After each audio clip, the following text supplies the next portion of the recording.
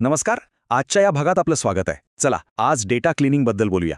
विचार करा, आपलं घर जेव्हा खूप पसरलेलं असतं तेव्हा आपण काय करतो? सगळी साफसफाई करतो, बरोबर? डेटाचंही अगदी तसंच आहे. चांगल्या निर्णयांसाठी स्वच्छ व्यवस्थित डेटा असणं खूप महत्त्वाचं असतं, नाही का? तर मग या डेटाच्या घराला साफ करण्याचा आपला प्लॅन कसा असणार आहे? सगळ्यात आधी आपण तो न दिसणारा पसारा ओळखून मग जो काही नको असलेला कचरा आहे तो बाहेर काढू. त्यानंतर प्रत्येक गोष्टीला तिच्या योग्य जागी ठेवू. मग त्याला एक छान फायनल टच देऊ. आणि हो, सगळ्यात महत्त्वाचं म्हणजे ही सगळी मेहनत नेमकी करायची का हेही समजून घेऊ.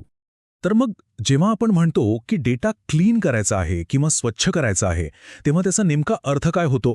हा प्रश्न जितका साधा वाटतो तितकाच तो महत्त्वाचा आहे, कारण याच्या उत्तरातच पुढची सगळी प्रक्रिया दडलेली आहे.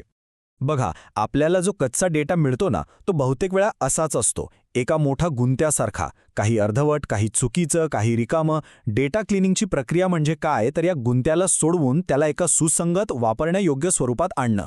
अगदी इथे दिसतंय तसं. चला तर मग आपल्या पहिल्या भागाकडे वळूया. डेटामधला न दिसणारा पसारा म्हणजे कच्चा डेटा वरून बघायला ठीक वाटू शकतो, पण तो वापरण्यासाठी जवळपास कधीच तयार नसतो. आणि या डेटामधून खरं काहीतरी अर्थपूर्ण काढायचं असेल तर पृष्ठभागाच्या खाली लपलेला हा पसारा साफ करणं हाच पहिला आणि सर्वात मोठा अडथळा असतो. ठीक आहे, तर साफसफाईला सुरुवात करूया. आपला पहिला टप्पा आहे अनावश्यक गोष्टी काढून टाकणे म्हणजे डिक्लटरिंग. ह्यात आपण काय करणार? तर आधी जो उघड कचरा दिसतोय तो बाहेर काढणार आणि ज्या रिकाम्या जागा आहेत त्या कशा भरायच्या याचा विचार करणार. साफसफाईची पहिली पायरी म्हणजे या रिकाम्या जागांचं काय करायचं हे ठरवणं. हे अगदी एखाद्या पझलचे हरवलेले तुकडे शोधण्यासारखं आहे. एकतर आपण ज्या ओळींमध्ये खूपच जास्त जागा रिकाम्या आहेत त्या काढून टाकतो, किंवा मग त्या जागा अंदाजे भरतो. कशा? तर बाकीच्या आकड्यांची सरासरी काढून, किंवा जो आकडा बरोबर मध्ये येतो तो घेऊन, किंवा जो आकडा सगळ्यात जास्त वेळा आलेला आहे तो वापरून. पुढचा एक खूप महत्त्वाचा मुद्दा आहे, तो म्हणजे डुप्लिकेट्सचा. म्हणजे बघा, एकाच माहितीच्या जर अनेक प्रती असतील तर आपलं विश्लेषण पूर्णपणे भरकटू शकतं. म्हणूनच जसं इथे दाखवलं आहे, आपण सगळ्या दुबार नोंदी शोधून काढतो आणि प्रत्येक माहितीची फक्त एकच खरी प्रत ठेवतो. आता एक नवीन संकल्पना समजून घेऊया, आउटलायर. आउटलायर म्हणजे असा एखादा डेटा पॉइंट जो बाकीच्या डेटाच्या तुलनेत इतका जास्त किंवा इतका कमी असतो की तो त्या गटाचा भागच वाटत नाही, वेगळाच दिसतो. एक साधं उदाहरण घेऊया. समजा एका वर्गात सगळ्या विद्यार्थ्यांना 100 पैकी 70-80 गुण मिळालेत, पण एकाला चक्क 0 मिळाला. हा 0 म्हणजे आउटलायर. तो काय करेल? संपूर्ण वर्गाची सरासरी खाली खेचेल आणि एक चुकीचं चित्र निर्माण करेल. म्हणूनच डेटाचं खरं रूप समजून घेण्यासाठी अशा आउटलायर्सना काढून टाकणं किंवा त्यांचं महत्त्व कमी करणं खूप गरजेचं असतं. यानंतर येते डेटा व्हॅलिडेशनची पायरी. ही एक प्रकारे कॉमन सेन्सची तपासणी आहे. म्हणजे वय कधीही निगेटिव्ह असू शकतं का? नाही. मग अशी जी काही अशक्य माहिती आहे ती काढून टाकली जाते.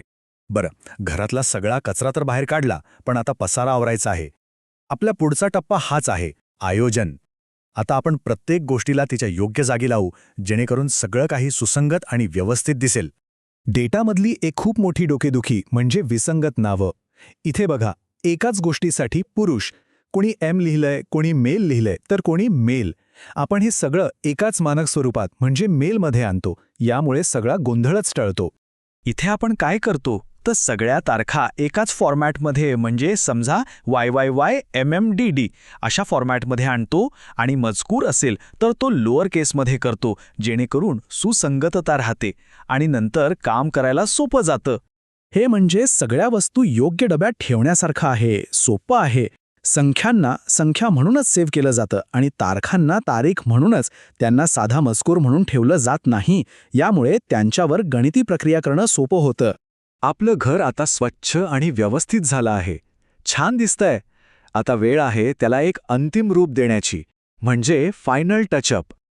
ह्या टप्प्यामध्ये आपण डेटाला प्रगत विश्लेषणासाठी म्हणजे मशीन लर्निंग सारख्या गोष्टींसाठी तयार करतो. आता एक गंमत बघा. संगणकांना आपल्यासारखे शब्द म्हणजे लाल, हिरवा, निळा हे कळत नाहीत. त्यांना आकड्यांची भाषा जास्त कळते. म्हणूनच गणिती प्रक्रिया सोप्या करण्यासाठी आपण या शब्दांना 1, 2, 3 अशा संख्यांमध्ये बदलतो. इथे एक मोठी अडचण दिसू शकते. एका बाजूला वळे आहे जे आहे 45 आणि दुसऱ्या बाजूला उत्पन्न आहे जे आहे 90,000. आता 90,000 हा आकडा 45 पेक्षा खूपच मोठा आहे, बरोबर? त्यामुळे विश्लेषण करताना मशीन आपोआपच उत्पन्नाला जास्त महत्त्व देईल.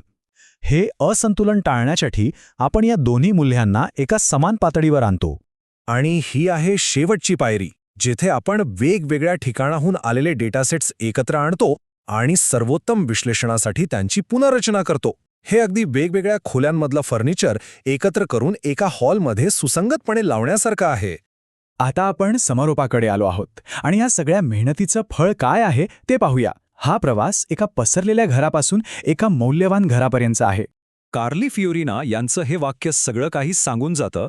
ध्येय आहे डेटाला माहितीत बदलणं आणि माहितीला अंतर्दृष्टीत बदलणं. डेटा साफ करणं हीच ती अत्यंत महत्त्वाची पायरी आहे जी डेटाला खऱ्या अर्थाने उपयुक्त बनवते. आणि हेच या सगळ्याचं सार आहे. आपल्याला जे मोठे मोठे विश्लेषण आणि स्मार्ट निर्णय दिसतात ना, ते फक्त हिमनगाचं टोक आहे. पण त्यामागे पाण्याखाली लपलेला जो खरा पाया आहे तो म्हणजे डेटा साफसफाईची ही सगळी मेहनत. ह्या अदृश्य पायाशिवाय वर दिसणारं सगळं काही कोसळू शकतं. जाता जाता एक विचार करूया. आपण सकाळी उठल्यापासून रात्री झोपेपर्यंत जे काही तंत्रज्ञान वापरतो, मोबाईल ॲप्स असोत किंवा ऑनलाईन शॉपिंग, त्या प्रत्येकाच्या मागे अशी कोणती अदृश्य साफसफाईची शक्ती काम करत असेल? हा विचार नक्कीच करण्यासारखा आहे.